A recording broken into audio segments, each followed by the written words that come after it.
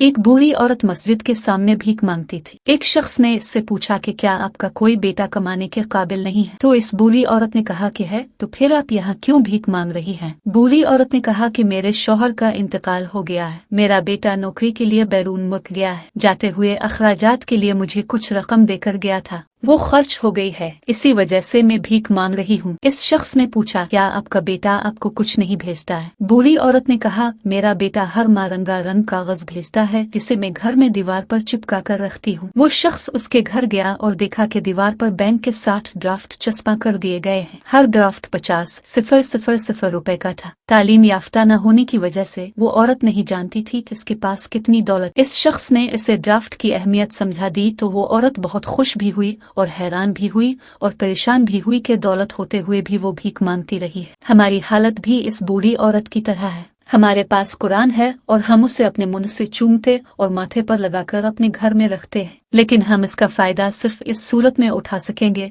जब हम उसे पढ़ेंगे, इसके मान और तफसीर को समझेंगे और उसको अपनी अमली जिंदगी में ले आएंगे। तब ही इंशाअल्लाह हमारी दुनिया और उसके बाद की जिंदगी दोनों बेहतर होगी।